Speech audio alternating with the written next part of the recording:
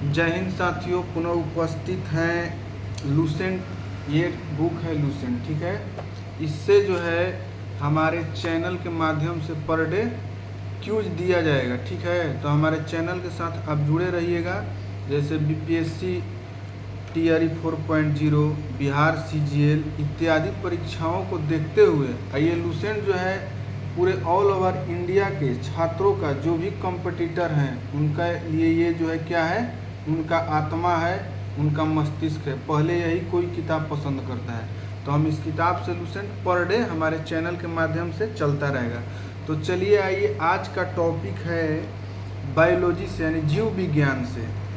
जीव विज्ञान का टॉपिक है प्राणी विज्ञान, जो कहीं ना कहीं हर परीक्षा में 2 से 4 प्रश्न पूछ ही लिया जाता है। तो चलिए आइए फटाफट देखते हैं क्या है।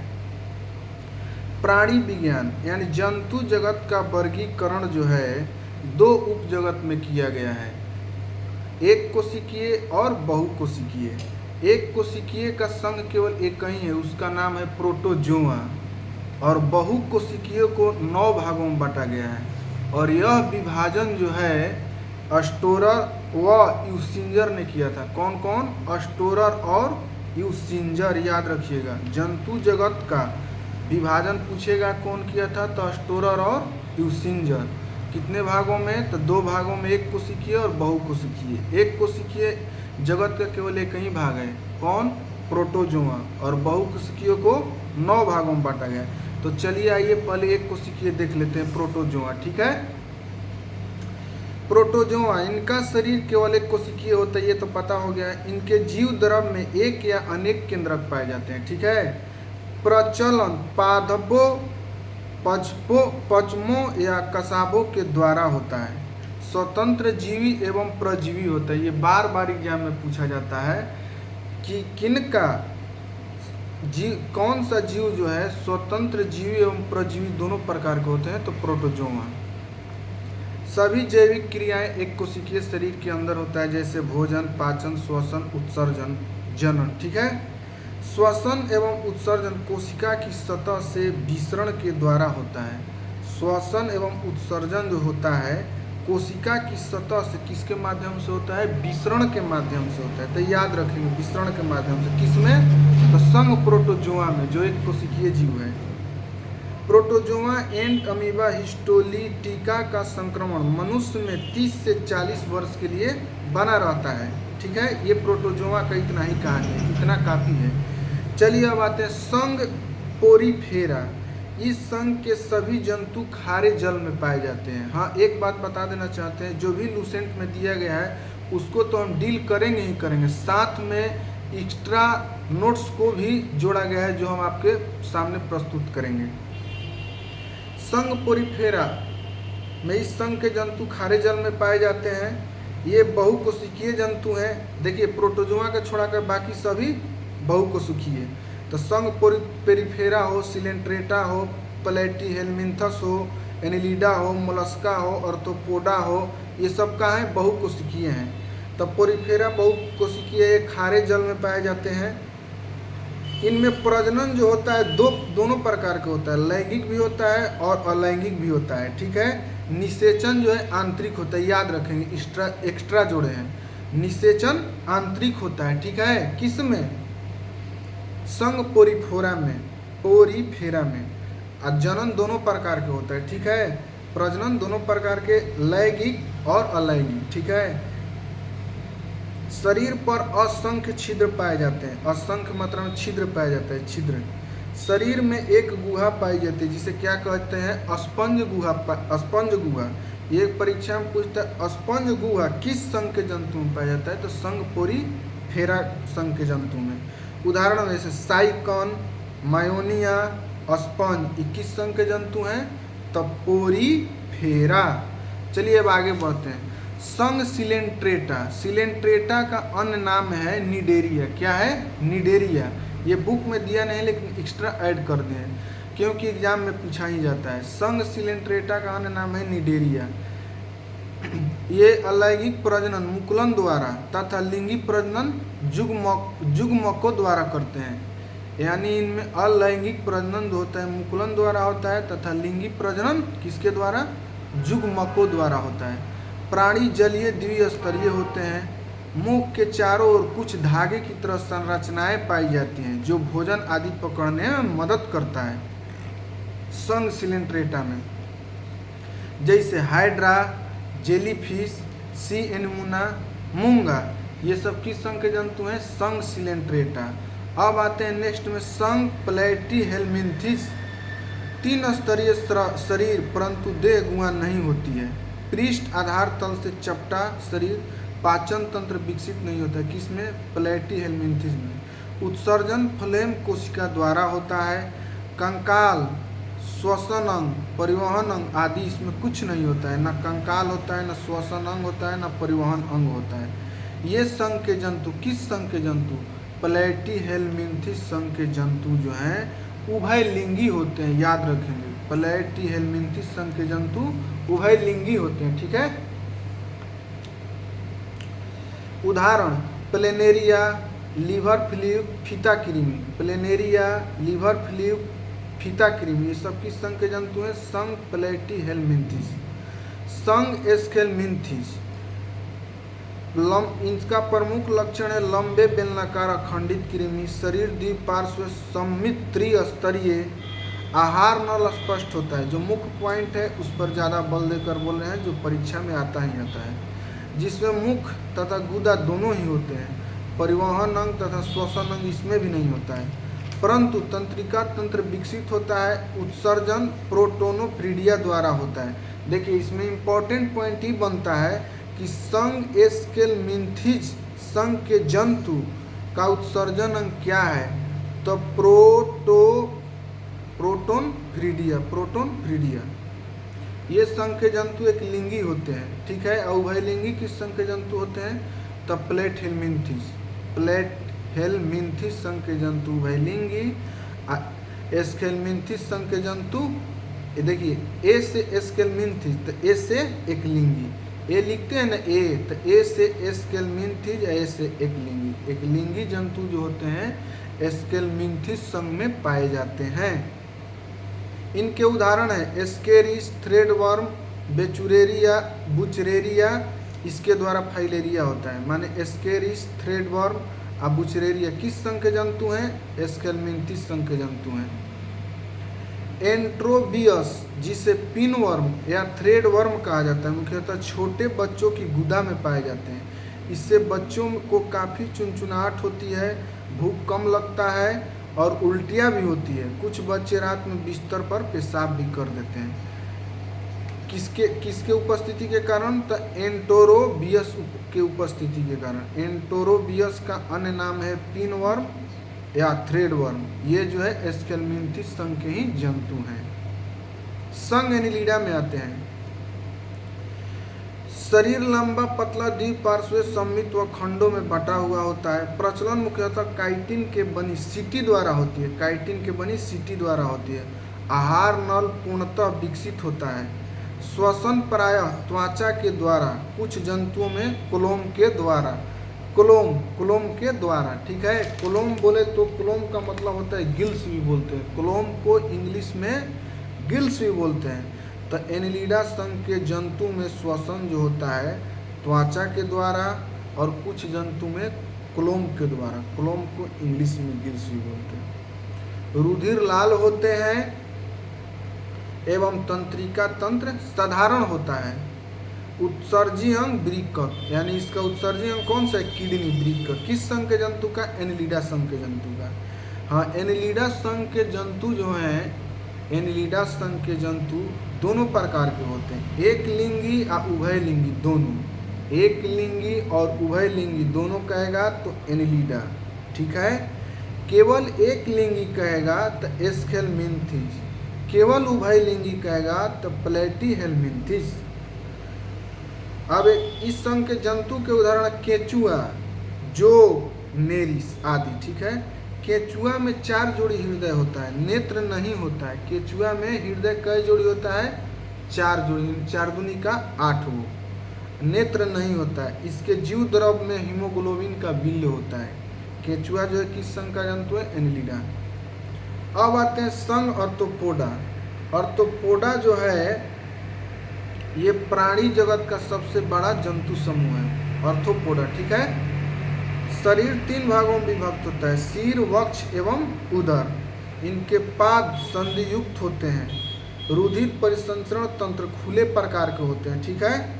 इनकी देह गुहा हिमोलिस की बनी होती है। देखिए, इनके देह गुहा किसकी बनी होती है? हिमोसिल कहलाती है। इनकी देह गुहा हिमोसिल कहलाती है। परीक्षा में पूछता है किस संघ के जंतु के देह गुहा हिमोसिल कहलाती है, तो आर्थ्रोपोडा संघ के जंतु का। ये प्राणी जगत का सबसे बड़ा समूह है आर्थ्रोपोडा। टेकिया, गिल्स, भूख, लंग सामान्य सतह आदि श्वसन अंग है। इनके श्वसन अंग है ट्रेकिया, गिल्स, भूख, लंग्स। ठीक है। यह प्रायः एक लिंगी होते हैं एवं निषेचन शरीर के अंदर होता है। करीब करीब यानी 99% इस संघ के जंतु जो होते हैं एक लिंगी होते हैं। किस संघ के जंतु? तो आर्थ्रोपोडा संघ के जंतु। ठीक है। निषेचन शरीर के अंदर होता है। उदाहरण स्वरूप है आपका तिलचाटा, झींगा मछली, केकड़ा, खटमल, मक्खी, मच्छर, मधुमक्खी, टीडी आदि। कीट में 6 पाद व 4 पंख होते हैं, 6 गो पैर और 4 गो पंख। कॉकरोच के हृदय में कितने कक्ष होते हैं? 13 होते हैं। चींटी एक सामाजिक जंतु है जो श्रम विभाजन प्रदर्शित करती है। दीमक भी एक सामाजिक कीट है जो निवाह कॉलोनी में रहता है। दीमक कहाँ रहता है? कॉलोनी में रहता है। ठीक है। एक नेक्स्ट बता दे रहे हैं, संघ इकाइनोडर्मेटा। इस संघ के सभी जंतु जो होते हैं समुद्री होते हैं। जल संवहन तंत्र पाया जाता है किन में? इकाइनोडर्मेटा, वो समुद्र में रहता ही है। प्रचलन भोजन ग्रहण करने हेतु नालपाद होते हैं जो संवेदी अंग का कार्य करते हैं। तंत्रिका तंत्र में मस्तिष्क विकसित नहीं होता है। पुनरुत्पादन की विशेष क्षमता पाई जाती है किसमें भाई? तो इकाइनोडर्मेटा में। इसके उदाहरण है jellyfish, sailfish, crayfish, silver fish, cuttle fish, star fish, hag fish, razor fish, brittle star आदि। ठीक है। एक बात आपको बता देना चाहेंगे, क्या बता देना चाहेंगे कि झींगा मछली जो है, झींगा मछली आर्थ्रोपोडा में आता है। याद रखेंगे, झींगा मछली किसमें? आर्थ्रोपोडा में। और जेलीफिश सिलेंट्रेटा में। जेलीफिश किस में? सिलेंट्रेटा में भी और इकाइनोडर्मेटा में भी, दोनों में आता है। अब है आपका संघ मोलस्का। शरीर 3 भागों में विभक्त होता है, सिर, अंतरांग तथा पाद। इनमें श्वसन गिल्स या टिनिडिया। गिल्स को हिंदी में क्या बोलते हैं? कलोम बोलते हैं, याद रखिएगा। इनमें कवच सदैव उपस्थित रहता है किन में? मोलस्का में। आहार नल पूर्ण विकसित होता है किन में? मोलस्का में।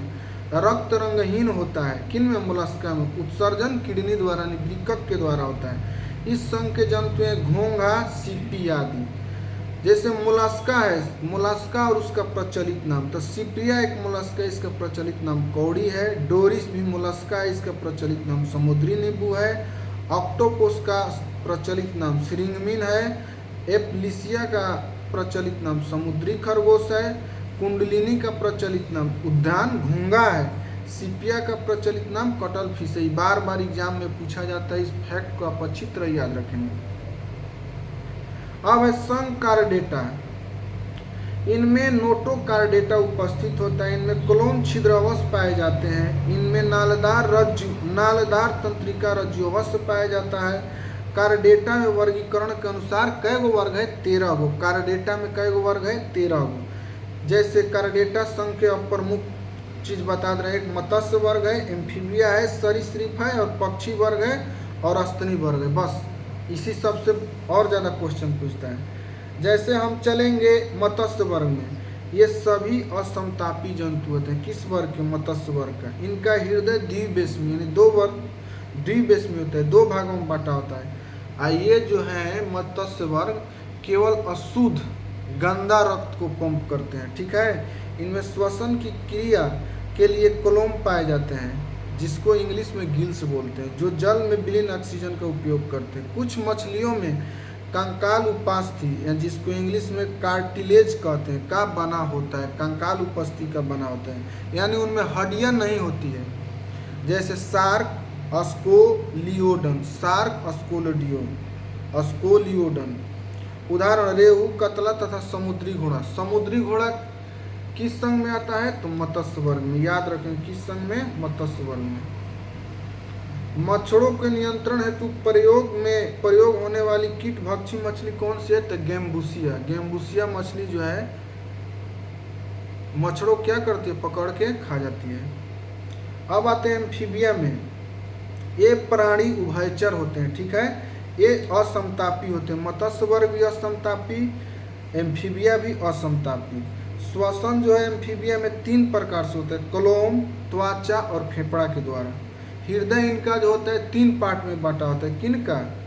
एम्फीबिया का। 2 अलिंदा व 1 नीले। उदाहरण स्वरूप मेढक। मेढकों की टटराहट वास्तव में मैथुन के लिए पुकार होती है, ठीक है। सरीसृप वर्ग में अब आते हैं। वास्तविक स्थलीय कशेरुकी जंतु कौन है? तो सरीसृप वर्ग है, ठीक है, कशेरुकी। ये भी असमतापी होते हैं। मत्स्य भी असमतापी, एम्फीबिया भी असमतापी, सरीसृप भी असमतापी। इनमें 2 जोड़ी पाद होता है। किस में? यानी 2 जोड़ा पैर होता है, यानी 4 गो, दूधनी का 4 गो। किस में? सरीसृप में। कंकाल पूर्णतः अस्थिर होता है। श्वसन फेफड़ा के द्वारा होता है। किन में? सरीसृप में। इनके अंडे कैल्शियम कार्बोनेट की बनी कवच से ढके रहते हैं। हृदय सामान्यतः त्रिकक्षीय होता है, याद रखिएगा। मत्स्य में द्विकक्षीय, द्विबेसमी। एम्फीबिया में 3 बेसमी और सरीसृप में भी 3 बेसमी। लेकिन इसका एक अपवाद है जो बार बार पूछा जाता है, ठीक है, बार बार पूछा जाता है।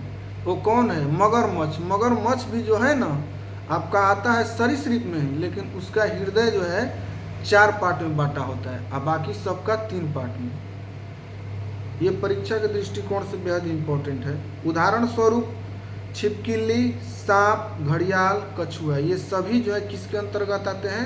सरीसृप के अंतर्गत आते हैं। याद रखिएगा सरीसृप का हृदय जो है 3 पार्ट में बटा होता है, लेकिन मगरमच्छ इसका अपवाद होता है, उसका हृदय 4 पार्ट में बटा होता है। मीसोजोइक युग को रेप्टाइल का युग कहा जाता है। डायनासोर किस युग में थे? मीसोजोइक युग में। मीसोजोइक युग को ही क्या कहा जाता है? रेप्टाइल युग कहा जाता है। घोंसला बनाने वाला एकमात्र सर्प नागराज, जिसे किंग कोबरा भी कहा जाता है, जिसका भोजन मुख्य रूप से अन्य सर्प है। हीलोडोर्मा विश्व की एकमात्र जहरीली छिपकली है। समुद्री सांप, जिसे हाइड्रोफिश कहते हैं, संसार का सबसे जहरीला सांप है। कौन? हाइड्रोफिश। याद रखिएगा हाइड्रोफिश क्या है? सांप है। क्या है? समुद्री सांप है। नाम है फिश लेखा, इसलिए बार बार रिपीट कर रहे हैं कि हाइड्रोफिश समुद्री सांप है जो संसार का सबसे जहरीला है। में बुइया बिल बनाने वाली छिपकली होती है, जिसका प्रचलित नाम सिंकक है। सिंकक है। में बुइया बिल बनाने वाली छिपकली है, जिसका प्रचलित नाम सिंकक है। सांपों की विष ग्रंथि स्तनधारियों के वासा या तेल ग्रंथियों के सदृश होता है।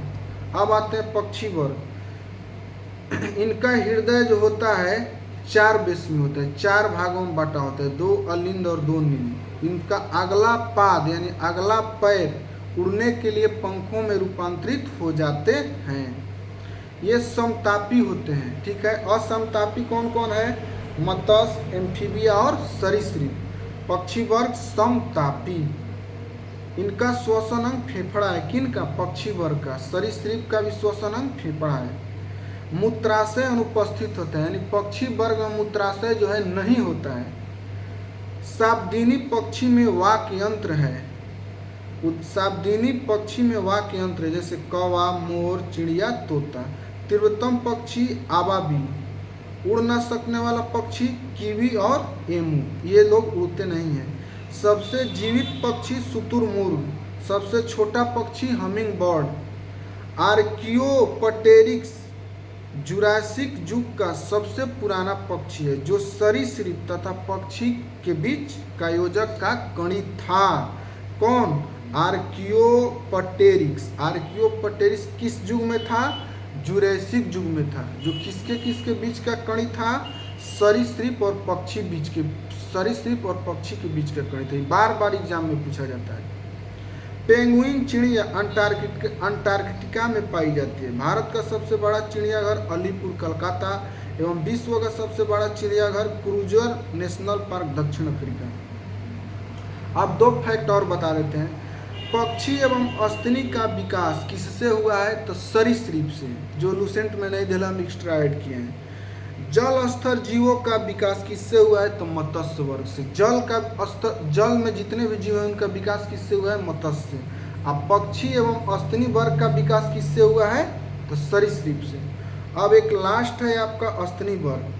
अस्तनी वर्ग का प्रमुख लक्षण है त्वचा पर श्वेत ग्रंथियां एवं तैल ग्रंथियां पाई जाती हैं। त्वचा पर श्वेत ग्रंथियां एवं तैल ग्रंथियां। ये सभी जंतु उच्च तापी भी एवं नियत तापी होते हैं। इनका हृदय 4 बेसमी होता है, ठीक है। मत्स्य का हृदय 2 बेसमी, एम्फीबिया 3 बेसमी, सरीसृप 3 बेसमी, मगरमच्छ के छोड़ा कर मगरमच्छ में 4 गो, पक्षी 4 बेसमी, अस्तनी 4 बेसमी, याद रखेंगे। इसमें जीवन में 2 बार दांत निकलते हैं। किन में? अस्तनी वर्ग में, इसलिए इन्हें दीवार दंती कहते हैं। इनके लाल रुधिराणुओं में केंद्रक नहीं होता है। किस में? अस्तनी वर्ग में। केवल ऊंट एवं लामा को छोड़कर 2 ही अपवाद अस्तनी हैं। कौन कौन? ऊंट एवं लामा, जिसमें आरबीसी पाया जाता है, बाकी अस्तनी में नहीं। बाह्य कर्ण उपस्थित होता है। किन में? अस्तनी वर्ग में। स्तनधारी वर्ग को कितने भागों में बांटा गया? 3 भागों में। देखिए, प्रोटोथीरिया, मेटाथीरिया, यूथीरिया। प्रोटो माने प्रोटीन, तो प्रोटीन माने का? अंडा। अंडा में प्रोटीन पाया जाता है ना। तो अंडा देने वाले जीव को किस, अंडा देने वाले अस्तनी को किस में रखा गया? प्रोटोथीरिया में। काहे कि अंडा में प्रोटीन पाया जाता है, याद रखिएगा।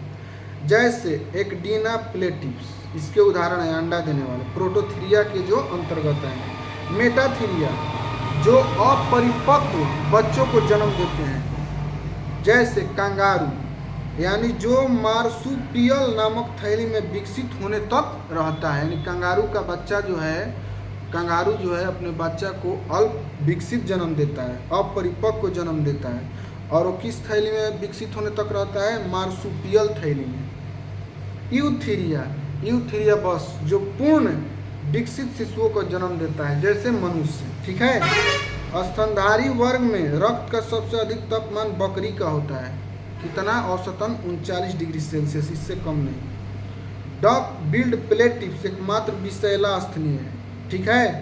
समुद्री समुद्री वेल में लिम्ब फलीफर में परिष्कृत होता है। लिम्ब फलीफर में परिष्कृत होता है। एक बात बताना चाहेंगे आप लोग को कि संसार का सबसे जहरीला सांप तो हाइड्रोफिश, जो समुद्री सांप है, ठीक है। संसार का सबसे जहरीला छिपकली कौन है? तो संसार का सबसे जहरीला छिपकली जो है हीलोडर्मा। छिपकली में हो गया हीलोडर्मा, सांप में हो गया हाइड्रोफिश, और अस्थनी में कौन जहरीला है? विषैला है, तो डक बिल्ड प्लेटिव्स। तब तक के लिए मिलते हैं नेक्स्ट वीडियो में। वीडियो अगर अच्छा लगा हो, ये पूरा टॉपिक ख़त्म कर दिए, तो साथियों चैनल को सब्सक्राइब और लाइक ज़रूर कीजिएगा। पर डे इस चैनल के माध्यम से आपको एकदम लूसेंट से तोड़ के और क्लियर कॉन्सेप्ट करके और एक्स्ट्रा ऐड करके आपको दिया जाएगा। तो धन्यवाद, तब तक के लिए मिलते हैं नेक्स्ट वीडियो में। Thank you.